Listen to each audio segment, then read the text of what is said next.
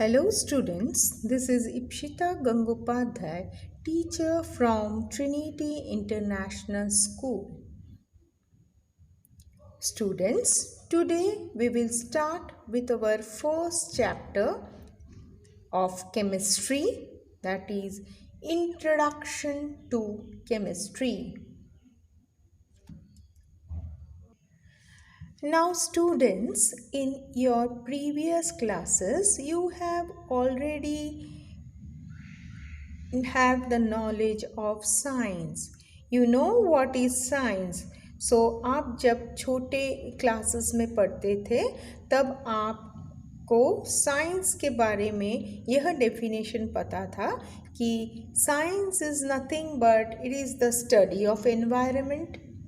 Sometimes you say it is the study of nature, and sometimes you say that it is the study of things all around us, isn't it? So when you were in lower classes, teacher used to tell you that science क्या है? Science है हमारे surrounding में जो भी चीज़ें हैं उसका हमको study करना. That is study of things all around us, study of things which are present in nature or study of things which are present in environment. तो यही हमको साइंस के बारे में हमारा डेफिनेशन हमको यही पता है. और जब हम साइंस के बारे में बोलते हैं तो क्या मालूम पड़ता है? Study of things means we have to go for study of living things and non living things. ठीक है, जैसे ही हम थिंग्स के बारे में पढ़ना है ये सोचते हैं तब हमको ऐसा लगता है कि हम लिविंग थिंग्स के बारे में पढ़ेंगे और नॉन लिविंग थिंग्स के बारे में पढ़ेंगे. ठीक है, तो आप अपने जो लोअर क्लासेस में थे, जब आप फर्स्ट सेकेंड थर्ड में थे, फोर्थ में थे, that time you were having the textbook that was named as environmental science, isn't it? Environmental science के नाम से आपका साइंस बुक रहता था. ठीक है, और वो बुक में आप लोगों को ज़्यादातर क्या टॉपिक्स पे डिस्कशन होते थे? हमारे living things, non living things, isn't it? So this were the topics which we were use to talk about. Okay, तो अब आप अभी हायर स्टैंडर्ड में आ चुके हो. You are in 6th standard. So अभी आप सिर्फ living thing, non living thing खाली पढ़ोगे तो नहीं चलेगा, आपको डिटेल में भी पढ़ना पड़ेगा. ठीक है, तो इसीलिए हम अब 6th स्टैंडर्ड में हमारा साइंस क्या हो गया है? बुक का नाम एनवायरमेंटल साइंस नहीं रहा है ना. आपका साइंस बुक 3 पार्ट्स में डिवाइड हो चुका है. That is your physics, chemistry and biology. Okay, तो हमने छोटे क्लास में ऑलरेडी पढ़ा था कि living things, non living things, है ना. तो लिविंग थिंग्स वाला जो भी टॉपिक्स है वो that you come across with your biology, that is the natural science और the life science. Okay, and whatever is the non-living thing that comes under the physical science subject, that is physics and chemistry. So जो भी living things के बारे में आप पढ़ना चाहते हो तो वो आपका कौन सा साइंस का सब्जेक्ट हो गया? वो है बायोलॉजी. और आपको यदि नॉन लिविंग थिंग्स के बारे में पढ़ना है तो वो फिजिकल साइंस में आता है, and that is your physics and chemistry. Okay, so आपको डिफरेंस पता चला अब फिज़िक्स, केमिस्ट्री और बायोलॉजी में. तो फिज़िक्स, केमिस्ट्री क्या डील करता है? दो भी नॉन लिविंग थिंग्स है हमारे नेचर में, हमारे इन्वायरमेंट में, वो बेस्ड रहता है फिज़िक्स और केमिस्ट्री का सब्जेक्ट. ओके, और जो बायोलॉजी सब्जेक्ट रहता है उसमें क्या होता है? आपका जो भी लिविंग थिंग्स का जो लाइफ के साथ डील करते हैं वो बायोलॉजी में हमको पढ़ना पड़ता है. ठीक है, so again I have drawn a flow chart to actually know about the two branches what we have talked about in a simple manner. एक सिंपल मैनर से मैंने चार्ट बनाया है. देखिए, साइंस 2 ब्रांचेस में डिवाइड है, that is your physical science and your natural science. Physical science has your subjects physics and chemistry, and the natural science is your biology. Okay, so biology deals with the living things and physics and chemistry deals with the non-living things in nature. तो अब तक मैंने आपको what is science बोला। Science is the study of environment और science is the study of nature. लेकिन आप यदि ये डेफिनेशन आपके 6th स्टैंडर्ड में लिखोगे तो ऐसे लगेगा कि आप छोटे क्लास से हो। जब आप 6th स्टैंडर्ड में आ चुके हो तो आपका जो डेफिनेशन होगा definitely it will be like बड़े से डेफिनेशन जो जिसमें हम टफ वर्ड्स यूज़ करेंगे। Okay, for that you have to go for the meaning of science, like that whatever is written in your book in a 6th standard language. Okay, so we will start reading the first sentence of your book. The word science comes from the Latin word scientia, meaning knowledge. So science word has come from the Latin word. Latin word is the word that is scientia. Scientia means it is the knowledge. Okay, science means knowledge. Science refers to the knowledge attained through study or practice. In simple terms, science is the system of acquiring knowledge using observation and experimentation to describe and explain various natural processes around us. It is both a body of knowledge as well as continuous ongoing process. Science is the basis of our modern civilization. Application of science has improved our life greatly with several benefits. New discoveries and inventions have made our lives comfortable. So now you can know that the science word has come from a Latin word, that is a scientia, which means your knowledge. And subject science includes the study of various experiments performed by the scientist with all observation recorded and inference which is concluded. Okay, तो मैंने अभी आपको बहुत ही difficult language में बोल दिया, तो इसका एकदम सिंपल आंसर ऐसा है कि साइंस एक ऐसा स्टडी है जो कि हम एक्सपेरिमेंट्स मतलब हम लोग करते हैं, जो एक्सपेरिमेंट जो हम लोग एक्टिविटीज़ करते हैं वो एक्टिविटी करते हैं, उसके बाद एक नया एक्टिविटी करेंगे, उसके बाद उसका जो ऑब्जर्वेशन आएगा उसको हम रिकॉर्ड करेंगे और फिर उससे हम कुछ रिजल्ट लाएंगे. Okay, so science is nothing but doing experiments of new things and you have to discover और इन्वेंट न्यू थिंग्स. नया एक्सपेरिमेंट करके आप नया चीज़ें इन्वेंट करेंगे और डिस्कवर करेंगे. This is the study of science. Science पढ़ने से आपको नए आइडियाज़ आएंगे, नए थॉट्स आएंगे और आप वो नए आइडियाज़ और थॉट को इम्प्लीकेट करेंगे और उसको मतलब वो आइडियाज़ और थॉट्स को आप एक्टिविटी में चेंज करेंगे और वो एक्टिविटी से आप कुछ नया चीज़ भी बना सकते हैं. तो साइंस सब्जेक्ट का मीनिंग यही होता है, to acquire knowledge using observation and experimentation. Okay, तो साइंस ऐसा ही सब्जेक्ट है जो हमेशा प्रैक्टिकल वर्क पे डिपेंड करता है. साइंस हम याद करने से हमको साइंस के नए डिस्कवरी और इन्वेंशंस नहीं मिलेंगे. हमको कुछ ना कुछ एक्टिविटी करना पड़ता है, तब भी हम कुछ ना कुछ डिस्कवर या इन्वेंट कर पाते हैं. ठीक है, तो जो ये साइंस का डिस्कवरी या साइंस के जो भी एक्सपेरिमेंट्स है, ये सब जो people those who are actually carrying out this experiments, जो बड़े बड़े पीपल हैं, वो लोग जब ये सब साइंस का एक्टिविटी करते हैं और बड़ा डिस्कवरीज या इन्वेंशन करते हैं तो उन लोगों को हम क्या बोलते हैं, साइंटिस्ट्स.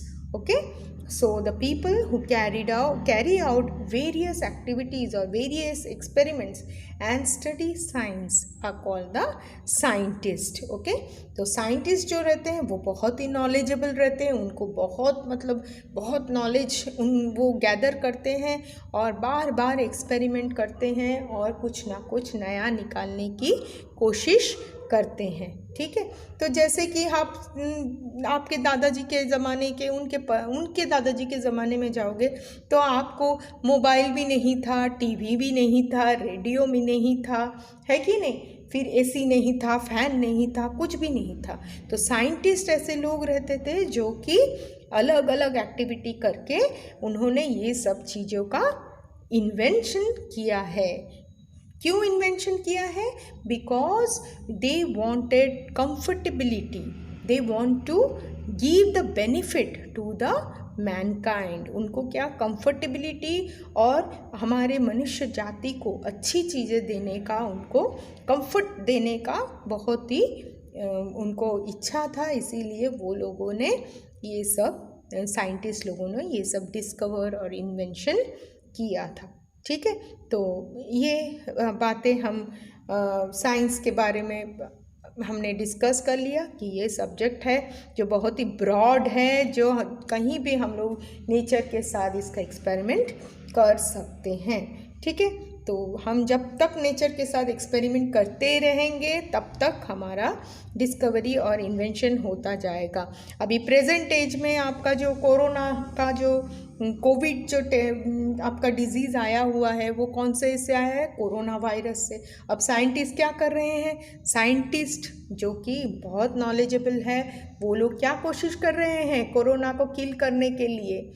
ये they are manufacturing what? They are trying to invent the vaccine. Vaccine क्या होता है? एक इंजेक्शन टाइप होता है जो कि आपको यदि वो पुश करेंगे तो आप वो जो डिजीज़ से बच जाएंगे. Isn't it? So they are trying to invent the vaccine. So ये जो वैक्सीन बनाने का काम ये कौन कर रहा है?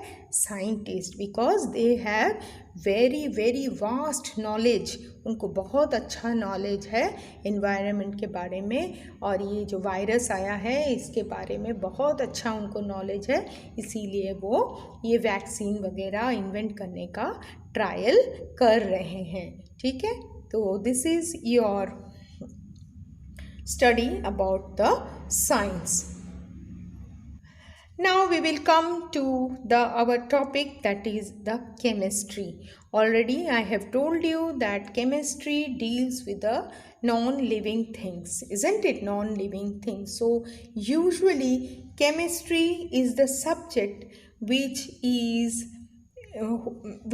actually going through whatever is the things which we have and what it is made up of, what is the composition, like that the chemistry is the subject which goes on. Okay,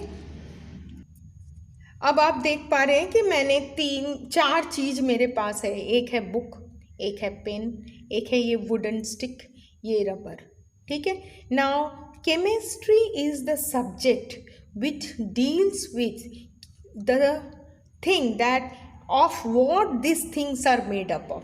हम लोग को chemistry एक ऐसा subject है जो कि हम जिससे समझ पाते हैं कि ये सब चीज़ें किससे बने हुए हैं. अब देखिए जो बुक मैं आपको दिखा रही हूँ, ये बुक किससे बना हुआ है? पेपर से. अच्छा, तो पेपर कहाँ से मिल रहा है? पेपर तो हमको कहाँ से मिलता है? ट्री से, isn't it? So it is coming from nature. Now if I talk about this pen, this is a plastic hold pen. So plastic से बना हुआ है. अब प्लास्टिक कैसे साइंटिस्ट ने बनाया है वो हम लोग को पता चलना चाहिए. तो दैट इज़ ऑल्सो केमिस्ट्री. जब साइंटिस्ट ने पहला प्लास्टिक बनाया था तो उन्होंने कौन सा केमिकल्स मिक्स करके प्लास्टिक बनाया था? That is your chemistry. Okay, now if you go for this wooden stick, now this would जो है वो कहाँ से मिलता है? हमको वुड ट्री से मिलता है. Then what they have started, what they have cut this wood, they have shined this. अभी शाइनिंग करने के लिए भी उनको कुछ तो केमिकल चाहिए, so that is also chemistry. Now if you look for this rubber, ये रबर भी कहाँ से मिला है? रबर प्लांट से. तो रबर प्लांट से जो रबर मिल रहा है, वो रबर तो आपका मोल्टन स्टेज में रहता है, मतलब वो ऐसे लिक्विड टाइप रहता है. तो उसको कैसे सॉलिड बनाना है, तो वो भी कुछ चीज़ें डाल के उसको सॉलिड बनाते हैं, फिर इसको वाइट कलर करते हैं. ओके, सो ये सब केमिस्ट्री के सब्जेक्ट के अंडर आता है. How to make the things and what are the compositions of things, and by adding what type of chemicals we can make a new thing. so ये जो मैंने आपको बताया है कि ये बुक कैसे बना है, ये पेन कैसे बना है, ये वुड का स्टिक है, इसमें शाइनिंग कैसे दिया हुआ है, ये रबर कैसे बनाया गया है, सो ये सब आता है आपके केमिस्ट्री सब्जेक्ट के अंडर में. Okay, so whenever you are using chemicals or different metals or non-metals to get new things, and that will be beneficial to the mankind, so that comes under the subject chemistry. Okay, now you have got the definition in your textbook on page number 2. Okay, page number 2 पे आपको definition है chemistry का. Chemistry is a science, first line देखिए, chemistry is a science that deals with the study of composition and properties of substance and how they react when combined with one another. That means, इसका meaning क्या हुआ है कि chemistry एक ऐसा science है that deals with the study of composition, मतलब कोई भी थिंग है वो थिंग किससे बना हुआ है, that is your composition. Properties of substance, जो चीज़ से बनाया गया है उसका क्या कैरेक्टरिस्टिक है, and how they react when combined with one another, और वो चीज़ को यदि दूसरे और किसी चीज़ से मिक्स किया जाता है तो और क्या हो सकता है. So that is the science of chemistry. Okay, now chemistry is everywhere around us. It helps us understand the world in a better way and answer questions about how things work. The air we breathe, the food we eat, the clothes we wear, and a lot of more, everything is based on chemistry. Now what is the meaning of this last statement? Air we breathe, अभी जो air हम inhale करते हैं तो वो air किससे बनता है? So the air which we inhale is oxygen, what we breathe out is your carbon dioxide. तो ये भी केमिस्ट्री है, ऑक्सीजन और carbon dioxide.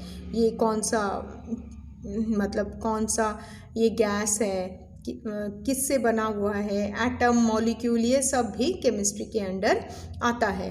Then the food we eat, मतलब आपने ऑलरेडी पढ़ा होगा ना कि वो कार्बोहाइड्रेट्स, फैट्स, वो किससे बनता है. So these all are chemistry. Okay, then clothes means cotton cloth, cotton में क्या मिक्स करते हैं तो कैसा क्लॉथ बनता है. फिर सिल्क है, सिल्क को कैसे हम क्लॉथ में कन्वर्ट करते हैं. Then you have the artificial cloth that is nylon, वो कैसे बनता है. So that is also chemistry. And these means food, air and cloth that we require as our basic needs is also, so food, air and clothes, what we require as our basic needs is also depending on chemistry.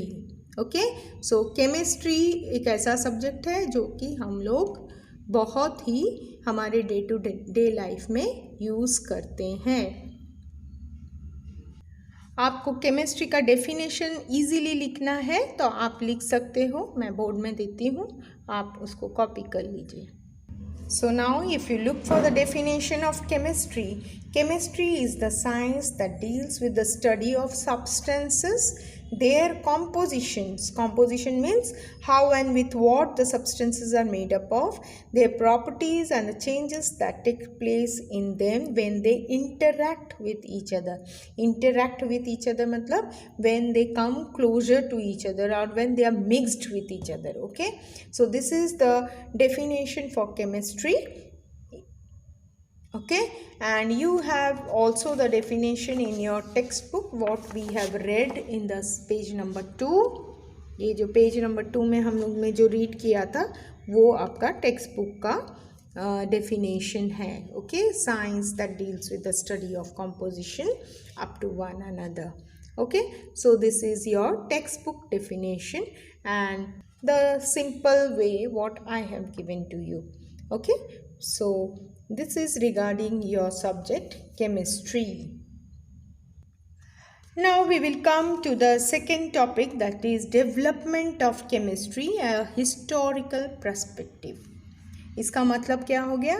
Chemistry हमारे life में, मतलब Mankind के life में कैसे आया. Okay, कैसे scientist लोग आए, कैसे स्टडी हुआ, इसके बारे में हम पढ़ेंगे ये वाले पैराग्राफ में. ठीक है, तो फर्स्ट वर्ड है Alchemy. Alchemy is considered important as it made a significant contribution in the evolution of modern science. Alchemy was an early philosophical and spiritual field of study that integrated chemistry with metalwork. It was also seen as an investigation of nature. Alchemy was scientific but spiritual as well. सो ये paragraph में क्या बोला है, आपका word है alchemy. Alchemy word is nothing but it is a study. Alchemy क्या था? It is a study, और स्टडी ऑफ व्हाट? केमिस्ट्री, और स्टडी ऑफ मेटल वर्क. ठीक है, now next paragraph. Alchemists were the people who practiced alchemy. These people were regarded as early chemists. Their work contributed in laying the foundation of modern chemistry and medicine. Alchemists use chemicals in metalworking, inks, paints, cosmetics, and to prepare extracts and liquors. These people were the first one to learn the process of isolating zinc and phosphorus. Contribution helped in the advancement of civilization. However, these alchemists related their work with what we call magic. The formula, for instance, we read as magic spells or rituals. There was no standardized scientific practice followed by the alchemist. Okay, so now we have just read about the paragraph about alchemist and alchemy. Okay, so alchemist in olden times, पहले जब पुराने ज़माने में थोड़े बहुत people होते थे जो कि नेचर में बहुत इंटरेस्टेड लगते थे. ठीक है, जैसे कि कैसे सनराइज़ हो रहा है, कैसे सनसेट हो रहा है, ऐसे सब नेचर के जो भी प्रोसेसेस थे उसमें वो लोग बहुत ज़्यादा इंटरेस्ट लेते थे. ओके, तो मैंने एक एग्जांपल बोला, सनराइज़ होता है, सनसेट होता है. फिर क्या है, कभी कभी वो लोग क्या ज़मीन खोदते थे तो उनको कुछ ना कुछ पत्थर या मेटल मिल जाता था. तो ये लोग सोच में पड़ जाते थे कि ये चीज़ें कैसे इस ज़मीन पर मिल रहा है. तो ऐसे बहुत सारे लोग थे जो कि इन सब में इंटरेस्ट लेते थे. ठीक है, तो वो लोग सोचते थे कि ये सब चीज़ें हमारे नेचर में है, तो और भी कितने सारे चीज़ नेचर में मिल सकते हैं. और वो लोग क्या करते थे, नेचर में जब भी इन चीज़ों को वो सोचते थे कि उनके पास ये चीज़ आ गए हैं. So in olden days the alchemists used to search for different types of things in nature so that it can be beneficial to the mankind. Okay, तो जो अल्केमिस्ट पुराने ज़माने के थे, तो मैंने आपको पहले ही बोला था, these were the certain people, those who were interested in searching for the natural things. Okay, सो ये लोग क्या सोचते थे कि जो भी चीज़ें हमको नेचर से मिल रहे हैं वो चीज़ों को हम कैसे ह्यूमन बीइंग के बेनिफिट के लिए काम में ला सकते हैं. ठीक है, तो usually they use to do the activities which were very much useful to the humankind. वो लोग कभी कभी वो जो चीज़ों को वो लोग हमारे नेचर से लेते थे, वो चीज़ों को वो ज़्यादातर हमारे मेडिसिन के लिए काम में लाते थे, ताकि हमारा जो कोई भी बीमारी हो कि कुछ हो तो वो सब ठीक हो जाए। तो usually this alchemist were after the things which can cure the diseases which the mankind was having. Okay, तो ज़्यादातर ये जो एल्केमिस्ट पीपल रहते थे वो अलग अलग चीज़ों की खोज में हमेशा रहते थे। ओके, तो धीरे धीरे क्या हुआ, वो ऐसे खोज करते करते वो एक जगह से दूसरे जगह भी चले जाते थे और वहाँ पे फिर वहाँ की ज़मीनों की खुदाई करते थे। कि कभी कभी क्या करते थे कि खुदाई में से कुछ मेटल या निकला है कि कुछ और रॉक्स वगैरह निकला है, उनको वो कुछ ना कुछ काम में यूज़ कर लेते थे। ओके, कभी कभी वो क्या करते थे, कभी कभी वो कोई ट्रीज़ या प्लांट्स के तरफ भी झुक जाते थे, वहाँ भी वो लोग कुछ ना कुछ उनका नेक्टर वगैरह कि जो सैप निकलता था प्लांट का, सैप मतलब वो जो लिक्विड थिंग्स जो हम लोग वो निकालते हैं प्लांट में से, वो सब चीज़ों से कुछ बेनिफिशियल थिंग बना सकते थे। यानी वो भी वो लोग हाँ क्या करते थे, वो उसका भी यूज़ करते थे। क्योंकि कभी कभी कैसे होता था, हमारे बॉडी में कोई कट वगैरह हो जाता था, तो वो लोग क्या करते थे, वो लोग जो बार्क ऑफ द ट्रीज़ वगैरह रहते थे उससे वो कट को उन लोग ट्रीट करते थे। ये आपने पढ़ा होगा बहुत सारे पुराने ज़माने के किताबों में। ओके, स्टोरीज़ में पढ़ा नहीं, आपने सुना होगा पुराने ज़माने के स्टोरीज़ में। तो उसमें ऐसा है कि प्लांट्स वगैरह का भी यूज़ वो लोग कर लेते थे। जैसे रामायण में भी आपका जो राम को जब लगा था ये क्या तीर लगा था, तब इन्होंने बोला था कि लक्ष्मण को बोला था कि आप जाके जड़ी बूटी लेके आइए। तो लक्ष्मण, जड़ी बूटी मतलब क्या, प्लांट का जो चीज़ें हैं वो लेकर आइए। ठीक है, तो उस टाइम पे रामायण में क्या हुआ था, तो हनुमान को लक्ष्मण को बचाना था। राम ने बोला था जाओ जड़ी बूटी लेके आओ, हमारा लक्ष्मण मूर्छित पड़ा हुआ है। मूर्छित मतलब Lakshman was unconscious that time. The Hanuman went to bring a jari booty for him so that he can be cured. So Hanuman ने क्या किया, वो गंधमादन पहाड़ से वो ये लेकर आए। उनको समझ में ही नहीं आ रहा था तो फुल पहाड़ी उठा कर लेके आए। तो जो मुनि ऋषि लोग थे वो लोग ने फिर जड़ी बूटी निकाल के, जड़ी बूटी मतलब वो जो झाड़ से जो भी उनके जो भी फूल या पत्ते उनका उन्होंने मेडिसिन बनाया और फिर उन्होंने लक्ष्मण को दे दिया। तो इससे लक्ष्मण ठीक हो गए। तो that means they were also searching for all the whatever things we can get from the plants. Okay, so mostly सब चीज़ों में अल्केमिस्ट लोग ध्यान देते थे। नेचर में जो जो चीज़ें पे मिलते थे उन सब में से वो कुछ ना कुछ निकालते थे और उन चीज़ों से वो हमेशा चाहते थे कि हमारे मैनकाइंड को बेनिफिट हो। ठीक है, तो बहुत सारे अल्केमिस्ट लोग ये सब चीज़ों का खोज करते करते उन्हें नए नए चीज़ें मिलने लगे थे। ठीक है, तो कभी कभी वो नए जो चीज़ें मिलते थे वो लोग फिर वो शेयर नहीं करते थे किसी के साथ, वो अपने पास ही वो मैजिक रख देते थे और बोलते थे ये मैजिक है, ये मैजिक है, इसमें जादुई पुड़ी है, ये सब हम क्या हमारे अलावा और किसी को नहीं पता, ऐसे टाइप का वो लोग बोलते थे। ठीक है, तो इस तरह अल्केमिस्ट लोग काम करते थे in olden days. Okay, so they use to tell their work as magic. तो जो भी कोई फाइंड आउट करता था वो दूसरे को नहीं बताता था, खुद के पास ही रख देता था। और इससे क्या हुआ था, वो लोग अपने आप को एक बड़ा सा कुछ स्पिरिचुअल लीडर ऐसा समझने लगे थे। ओके, तो इस तरह पुराने ज़माने में हमारा मैनकाइंड का ट्रीटमेंट होता था। और इस तरह धीरे धीरे जो अल्केमिस्ट लोग हैं ये लोग, so these people were talking about their work as a magic work. Okay, so like that they started doing their practice. So यही उनका एल्केमिस्ट लोगों का काम ही सबसे पहला स्टार्ट हुआ था और इसीलिए इनको क्या बोलते हैं, early chemist. Early chemist those who were working for the subject chemistry. तभी केमिस्ट्री के बारे में कुछ पता नहीं था, तो इसीलिए वो केमिस्ट्री वर्ड उन लोग नहीं बोलते थे, वो लोग एल्केमी ही बोलते थे।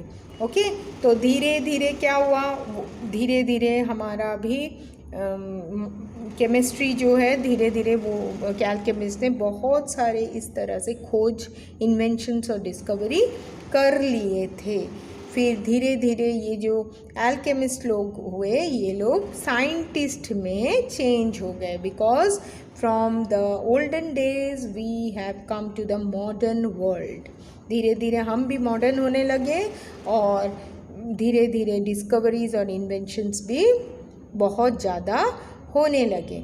तो पहले जो एल्केमिस्ट थे वो लोग का एक ही सपना था, that is about the philosopher's stone, that is about the philosopher's stone. Now you can see the word philosopher's stone. So ये जो फिलोसोफर्स स्टोन था ये एक मैजिकल स्टोन वो लोग कंसिडर करते थे। मतलब ये जो एक स्टोन था ये सोचते थे कि ये स्टोन जिसको भी मिल जाएगा वो हर चीज़ को क्या कर देगा, सबसे प्रीशियस मेटल में चेंज कर देगा, क्योंकि पहले ज़माने में गोल्ड और silver was the precious metal. So scientist हमेशा ये एल्केमिस्ट हमेशा ये चाहने लगे कि उनको ऐसा फिलोसोफर स्टोन मिल जाए, ऐसा मैजिक स्टोन मिल जाए जिससे कि वो हर चीज़ को गोल्ड और सिल्वर में कन्वर्ट कर पाए। ओके, तो ये खोज उनका हमेशा चलता रहा। They started searching for this philosopher stone for long time. उन लोग ये फिलोसोफर स्टोन ढूंढने के लिए बहुत टाइम तक अपना काम करते रहे, लेकिन उनको ये फिलोसोफर स्टोन तो कभी नहीं मिला। जैसे कि फिलोसोफर स्टोन मतलब टच करने से ही, कोई भी चीज़ को टच करेंगे तो हम गोल्ड और सिल्वर में वो कन्वर्ट हो जाएगा, तो ऐसा स्टोन तो उनको मिला नहीं। लेकिन ये जो फिलोसोफर स्टोन को ढूंढते ढूंढते उन्होंने बहुत सारे चीज़ों का डिस्कवरी कर लिया। Okay, and after this discovery when modern era came, जब हमारा मॉडर्न ईयर आने लगा तभी क्या हुआ, साइंटिस्ट लोग अलग अलग टाइप के एक्सपेरिमेंट्स करने लगे and they started developing the process of extraction metals and alloy to an extent. वो लोग बहुत सारे मेटल्स का डिस्कवरी किया, उन्होंने इन्वेंशन भी किया, उन्होंने बहुत सारी चीज़ों का, और जो हमारे मैनकाइंड के लिए बहुत यूज़फुल हो गया।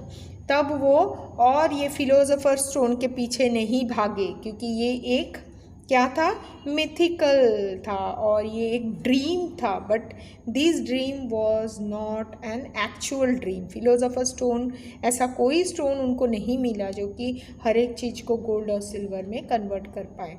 तो वो ढूंढते ढूंढते उन्होंने क्या किया, उन्होंने अलग अलग टाइप के मेटल्स एक्सट्रैक्ट करने लगे और बाद में ये सब मेटल्स और नॉन मेटल से वो अलग अलग चीज़ें बनाने लगे जो कि हमको हमारे काम में, डे टू डे लाइफ में बहुत ही काम आया।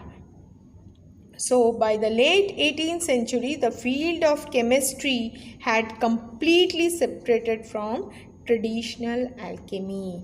सो जैसे ही मॉडर्न एरा आया तो धीरे धीरे ये जो एल्केमी था, जो मैजिक के बारे में बातें करते थे, वो सब ख़त्म हो गया and we came for the modern chemistry.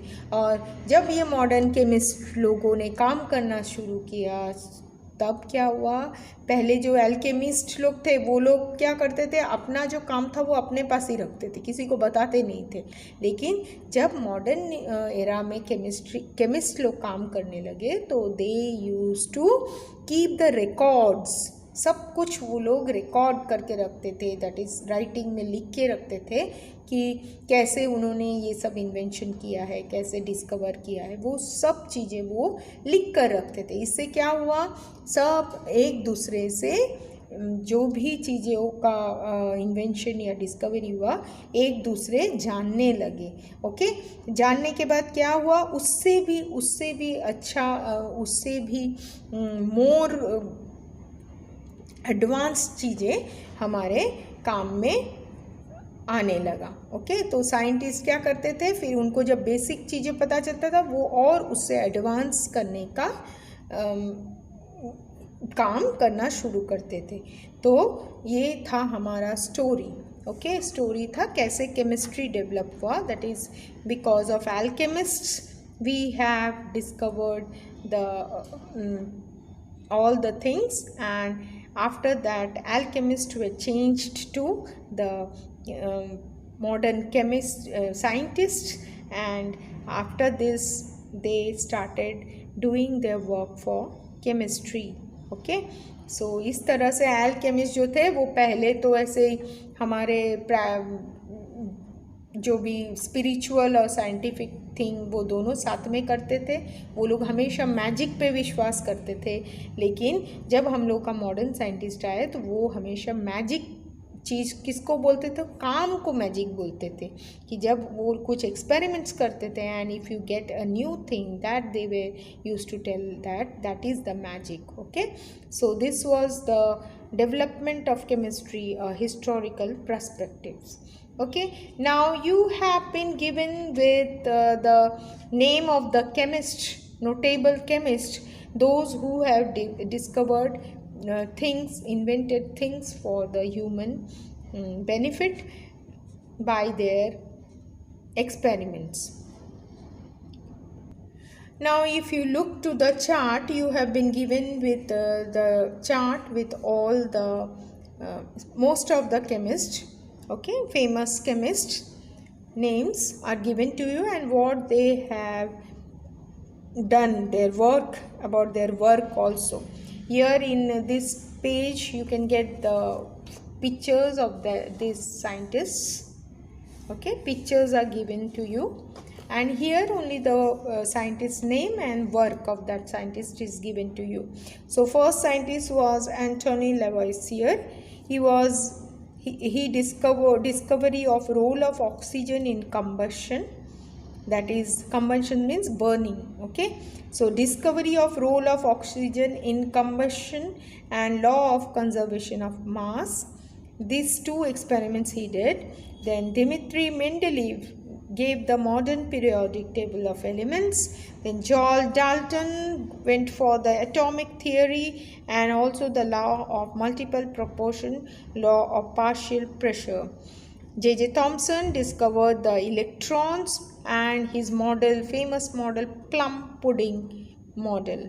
Then Ernest Rutherford had given the experiment of gold foil, bombardment of gold foil, and then discovery of concept of radioactive half-life. And then another famous scientist, that is Niels Bohr, gave the famous Bohr model of atom or Bohr atomic model. तो ये जो these works have been given to you and these all things you will learn in your higher classes. अब जब higher classes में आप जाओगे 8th 9th 10th में, तब आपको ये सब चीज़ें आपको पढ़ने के लिए मिलेगा। तब आपको सब चीज़ों का जो भी basic ideas है that will be given to you. So now in 6th standard you only have to know what work they did. Okay, खाली आपको 6th standard में आपको जो वर्क किया है उसका नाम ही आपको जानना ज़रूरी है, otherwise no need to just go for the details of this things. Okay, the work of this scientist.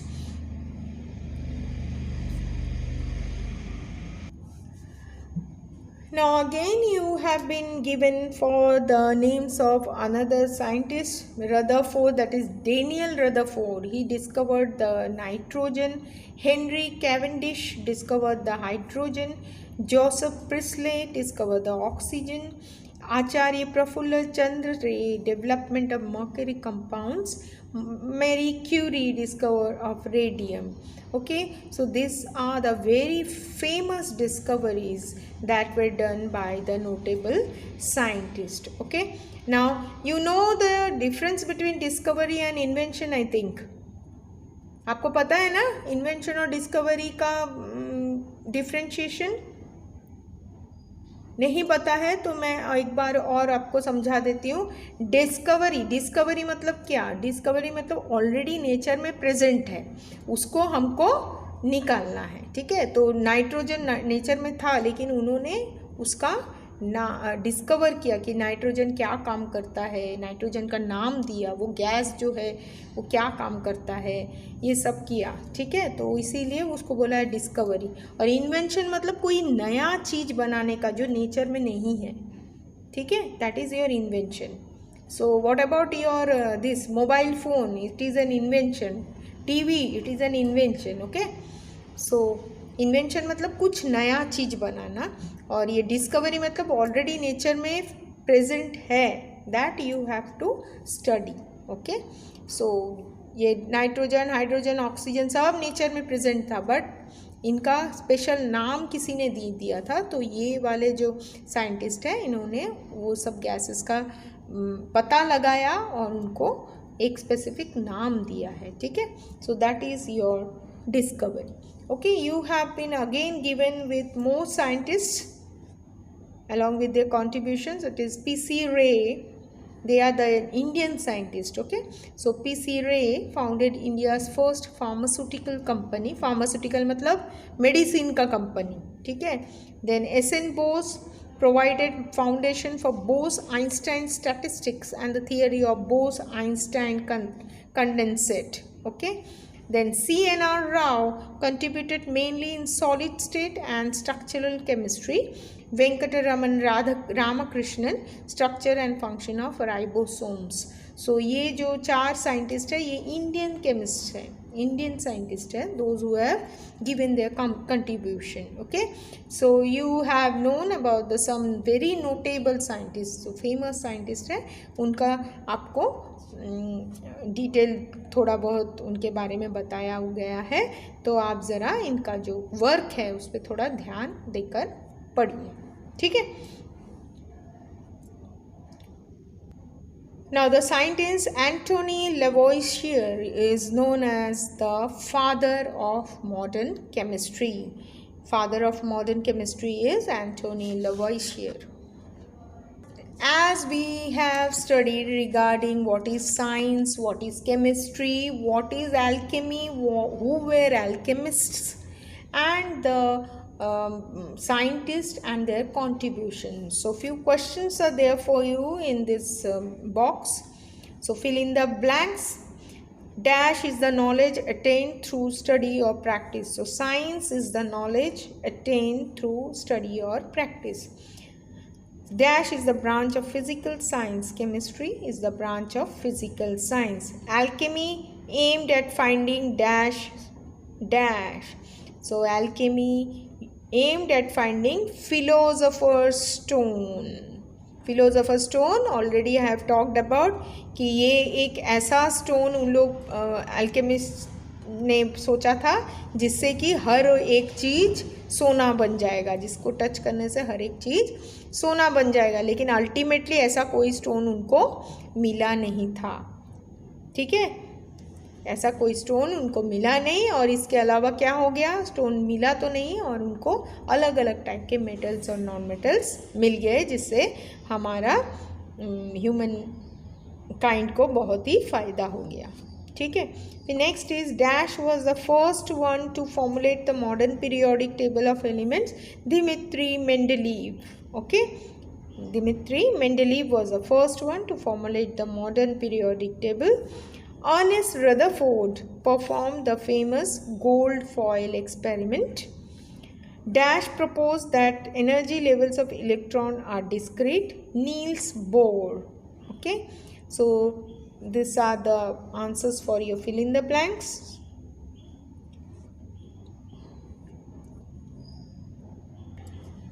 Now, importance of chemistry.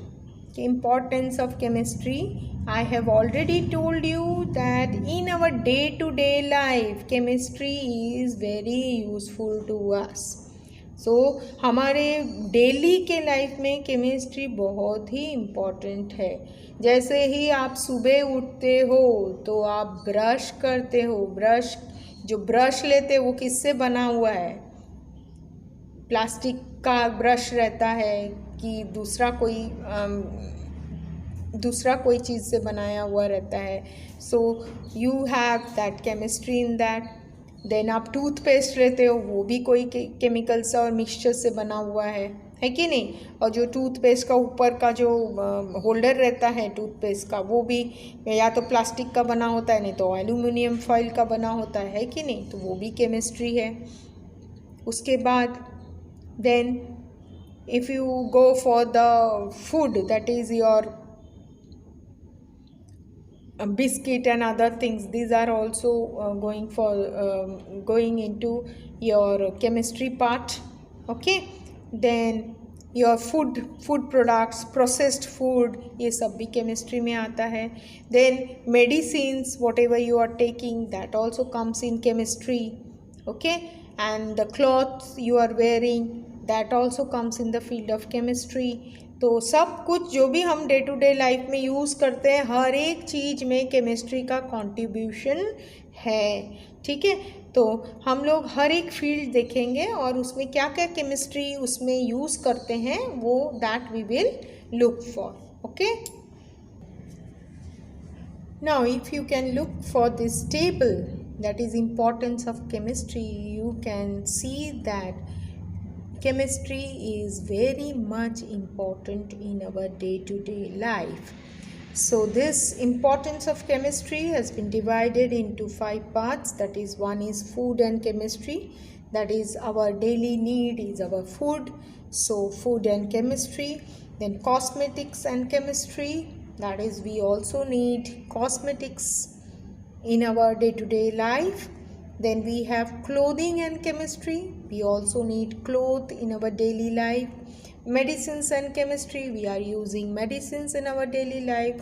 Industry and chemistry, that is we are using various chemicals in our day-to-day life, that comes under industry and chemistry.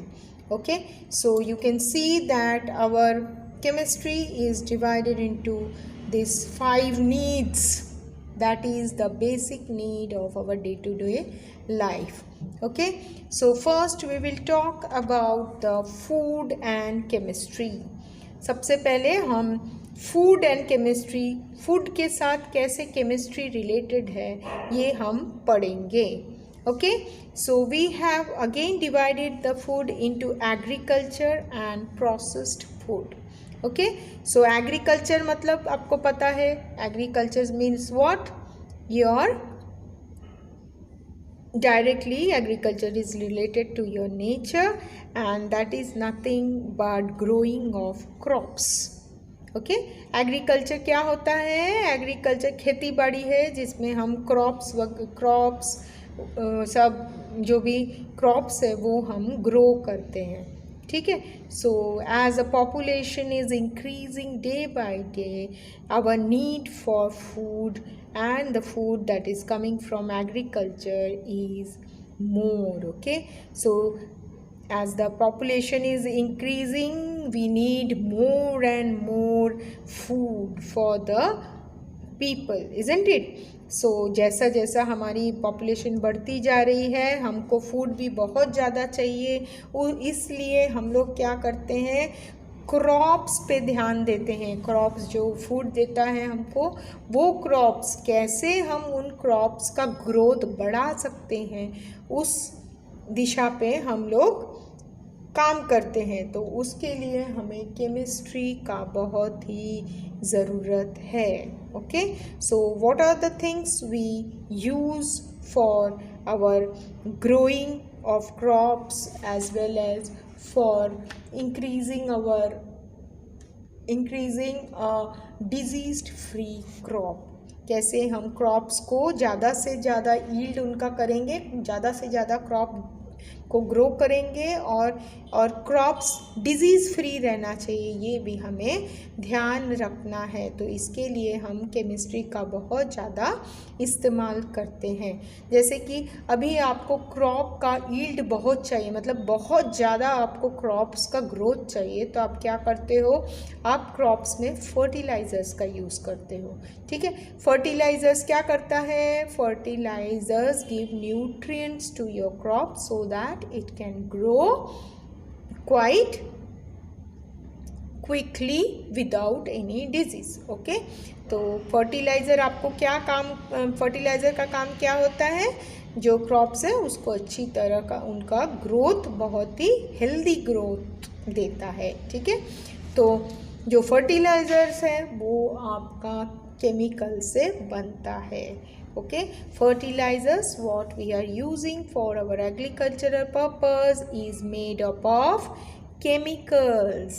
So chemicals made up of है मतलब ही chemistry. Okay, so agriculture is related to your chemistry. Okay, so and again for the crops we also need for their health is of pesticide, insecticide, fungicides and preservatives. को healthy रखने के लिए भी हम क्या करते हैं, पेस्टिसाइड्स का इस्तेमाल करते हैं। पेस्टिसाइड्स क्या होता है, पेस्टिसाइड्स जो केमिकल्स पेस्ट को किल करता है, पेस्ट मतलब कीड़े मकोड़े को, इंसेक्ट्स को। पेस्ट का मतलब है वो जो हम लोग जो कीड़े रहते हैं, pest affecting the farmers crop production is called as the pesticides. Okay, तो आप लोगों को एग्जाम्पल्स पेस्ट का दिया हुआ है, तो वो हम टेक्स्ट बुक में देखेंगे बाद में। और फिर है आपका, और ये पेस्टिसाइड्स क्या होता है, केमिकल होता है, that is again related to chemistry. Okay, now insecticides is again to kill the insects. Okay, so that is also chemical that is used to kill the insects. Then you have fungicides. Fungicides means they also protect the crops from being affected by the fungus. Okay, fungus जो रहता है उससे crops को बचाने के लिए हम लोग fungicide का use करते हैं। Fungicide is also a chemical. Okay, now preservatives are also used to preserve the food and control its waste. जो भी एग्रीकल्चर में से जो क्रॉप्स वगैरह हम जब हार्वेस्ट करते हैं, जब हम लोग फ्रूट क्रॉप ये सब चीज़ें जब हार्वेस्ट करते हैं, मतलब निकाल लेते हैं फील्ड में से, जब हम लोग खेती बाड़ी में खेत में से जब वो जो क्रॉप्स है कि फ्रूट्स है कि वेजिटेबल्स है हम निकाल के जब उसको वेयर हाउस में रखते हैं, स्टोर हाउस में, वो उस समय हम कुछ प्रिजर्वेटिव्स वगैरह का भी यूज़ करते हैं to keep the produced safely. मतलब जो भी हमको मिला है, जो क्रॉप मिला है कि फ्रूट मिला है कि वेजिटेबल मिला है, उनको सब सेफ रखने के लिए that time what we do to make it safe और to preserve it, what we use the preservatives. Okay, तो वो भी केमिकल होता है, they are also related to chemistry. Okay, now next one is the processed food. Processed food मतलब यहाँ पे agriculture में तो हम डायरेक्टली जो क्रॉप्स वगैरह लेते हैं उसको हम फिर क्या करते हैं, उसको हम लोग कुक वगैरह करते हैं। ठीक है, जैसे यदि हम पैडी क्रॉप लिए हैं तो हमको राइस मिलता है उसमें से, then rice we cook, isn't it? We cook it. So that is your agricultural food. Now processed food is something which is already cooked, already processed with the chemicals, and directly you have to make it in use. जैसे कि jam jelly वगैरह रहता है, then you have pickles, then you have cheese, butter. These all things are already made for you, isn't it? They are already made for you, that is ready made. जो butter है, चीज़ है, jam है, jelly है, ये सब जो चीज़ें हैं that is already made for you, you have to directly use it into your day to day life. ठीक है, तो इसको बोलते हैं processed food. Okay, so these are the readymade food.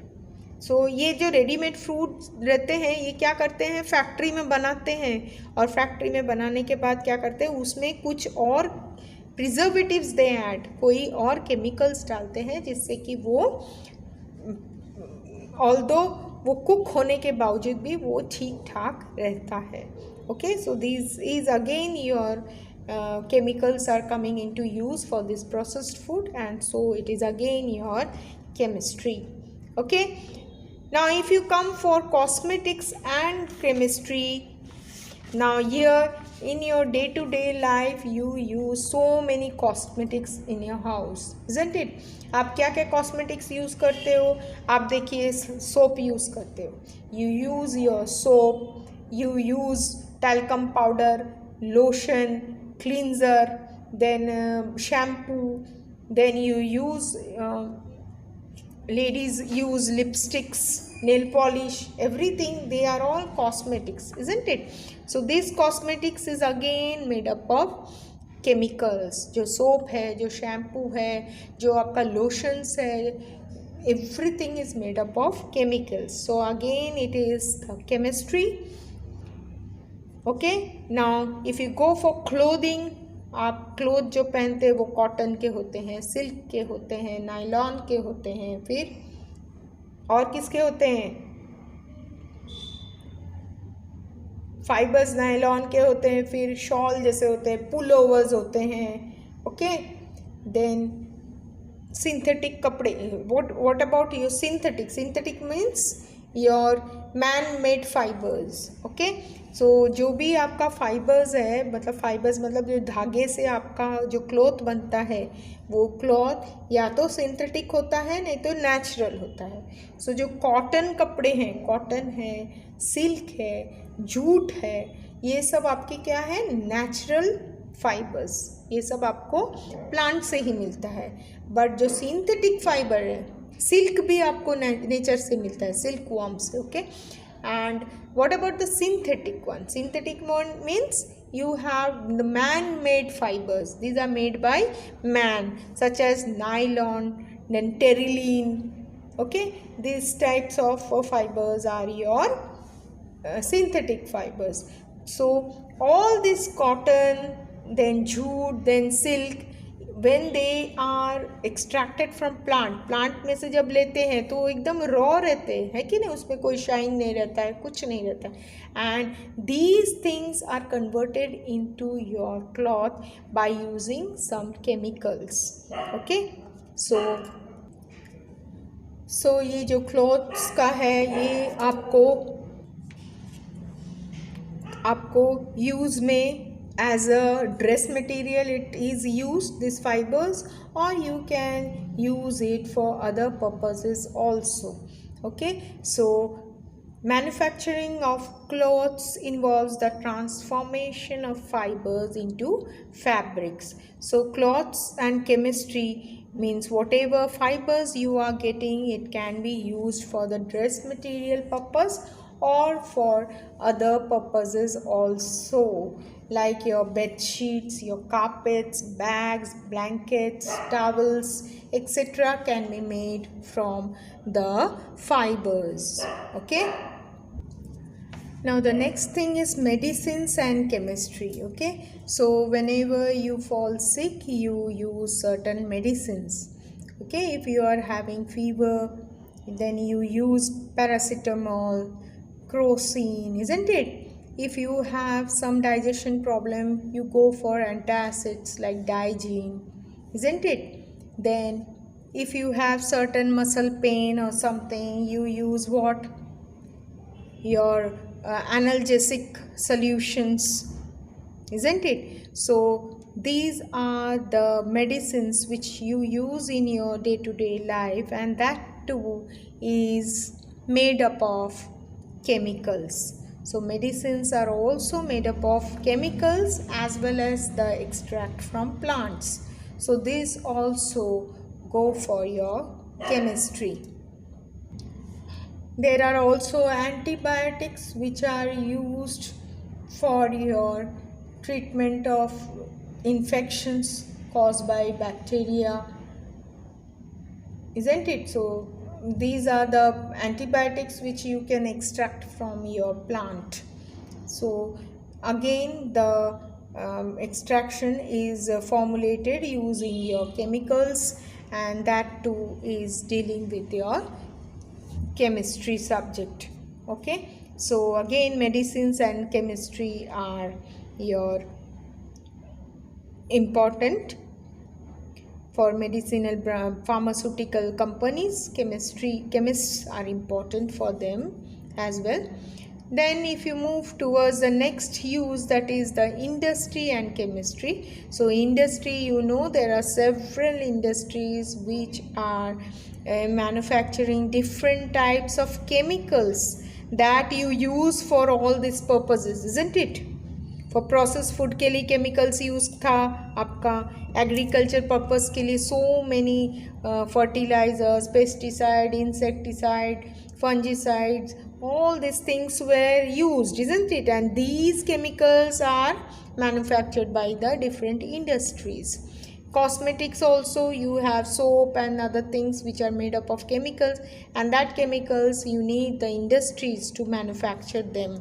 Okay, so industry is also related to your chemistry. Okay, now you can see that what is the importance of chemistry. In each and every field you need your chemicals, and they all are related to your chemistry. Okay, तो आप देख सकते हो कि हमारे खाने से लेकर हमारे कॉस्मेटिक्स, हमारे क्लोथ्स, हमारे मेडिसिन, सब के लिए केमिस्ट्री बहुत ही मायने रखता है. Okay, so these are the fields where we can use our chemistry. Okay, so we will just go through all the topics in your textbook so that we can get all the names of the chemicals. So please have this chart in your mind so that it will be easy for you. Now if you go for first one, that is food and chemistry. Can you see this, food and chemistry? So here you have been given with the fertilizers. Fertilizers is to provide nutrients, that I have already talked about it, for a proper growth of the crop and to have the increase in the yield of the crop. So there are so many names of fertilizers. So urea, sodium nitrate, potassium and ammonium phosphate are some of them. You have pesticides which kills the pests affecting the growth of the fruits.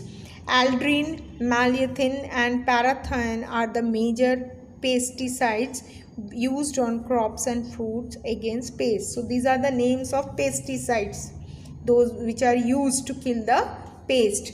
So fertilizer names are this. Pesticides names are Aldrin, malathion and parathion. Now you have the insecticides, that is also the chemicals which kill the insects, okay, which affect the growth of the crops. Then you have the names of insecticide, that is benzene hexachloride, dichloro diphenyl trichloroethane, that is nothing but your DDT. DDT is nothing but dichloro diphenyl trichloroethane. If you write DDT, BHC will do. Okay, if you don't write the full form, will do for you. And carbaryl is also an insecticide for you. Okay, now you have fungicide. Fungicide means which prevents the crops from being affected by fungi. So these are sulfur, then calcium polysulfide and ethylene oxide. These are the names of some fungicides. Then again we have talked about preservatives. When your preservatives are used, they are the chemicals used to preserve food and control its wastage. Whenever your produce is ready, जब भी आप harvest करके रखते हो उस time पे आपको ये सब प्रिजर्वेटिव्स डालना पड़ता है, so that you can use it for long time. Okay, sodium benzoate for food products, beverages and salads. Then salt, sugar and vinegar are used as preservative. Okay. Then sorbic acid is also used for preservatives. Okay. Now dairy products means milk and other things also are preserved. Okay. Then you have other preservatives as sodium metabisulfate, salicylic acid, benzoic acid and propionic acid also for as your food preservatives. तो ये सब नाम आपके, यदि आपको बोला है name 2 fertilizers, name 2 pesticides, name 2 insecticides, you have all the names. Okay, so just learn these names.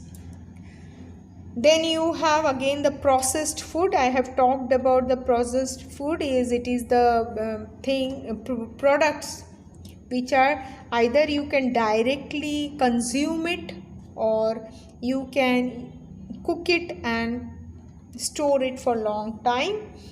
Okay, so processed food में क्या रहता है, वो आपको सब कुछ क्लीन करके देन सब सूटेबल रेडीमेड प्रोडक्ट जैसे रहता है, सिर्फ आपको वो निकाल के गरम करके खाना रहता है. So that is your processed food. And many processed foods are cheese, bread, jam, jelly, वो आप डायरेक्ट कंज्यूम कर सकते हो. ठीक है. So tinned food are there. Tinned food में क्या होता है, टिन के अंदर पे प्रोसेस्ड फूड रहता है. Directly if you just boil it, then you can have your food. Okay. Then you have yogurt and ice creams. They are all processed food. Directly you can consume it. Okay. So these are the food products which are related to your chemicals, and this is again related to your chemistry. Now I have talked about the cosmetics and chemistry. Now can you see cosmetics and chemistry? So I have talked about all the cosmetics that you use in your day-to-day life, right? From your skin cleanser, lotions, moisturizer, lipstick, talcum powder, foundation, shampoo, hairstyling products such as gel and hairspray, deodorants, perfumes. Then all these things we use as our cosmetics, and these cosmetics are again made up of chemicals. Okay, and some are made up of some combination of oil, waxes, pigments, colors and skin softeners called emollients. Okay, so you have so many cosmetics with you and which are made up of chemicals. Okay, already I have talked about this. Then you have clothing and chemistry. So clothing and chemistry is there. I have talked about all the fibers: cotton, jute, wool, silk. All these are natural fibers which can be used for dresses, for making the dresses, then shawls, then bags and other items. Then you also have synthetic fibers like nylon, terylene. These are also used as for your manufacture of clothes, and for this you also need your chemicals which can be used for making the fibers strong, wrinkle resistance and can dry quickly. Okay, so clothing is also related to your chemistry. I also have talked about medicine and chemistry. So many medicines you take in your day-to-day life for your different health problems. So you have your aspirin, that is for your fever and to treat the moderate pain. You have paracetamol for mild to moderate pain and also for fever. You have penicillin and ampicillin which are used for treatment of the infections caused by bacteria. So many drugs means your medicines are used for your day-to-day purposes, for your health problems. And these all things, all these medicines, all these tablets and syrups are made up of chemicals, and these are usually manufactured in the pharmaceutical companies. जो company medicine manufacture करते हैं उसको क्या बोलते हैं, pharmaceutical industries. Okay, and you can see that these medicines are also related to your chemistry. Okay, now if you go for the industry, all the chemicals that is required for your day to day life, it has to be manufactured in the industry. So there are so many industries. They manufacture what, dyes banata hai, koi plastic banata hai, fertilizer industries there, detergent industry, your drugs industry, drugs means medicine industries, paints, textiles, paper, glass, all these industries are present in your country or in your area. Okay, because you need all the things, and for that you need the industry. ठीक है, so day to day life is related to our chemicals, and these chemicals is nothing but your chemistry. Okay, so with this we complete off the chapter, that is introduction to chemistry. So we have talked about the different branches of science, what is chemistry, what is alchemy, who were the alchemists, then about your philosopher's stone, isn't it?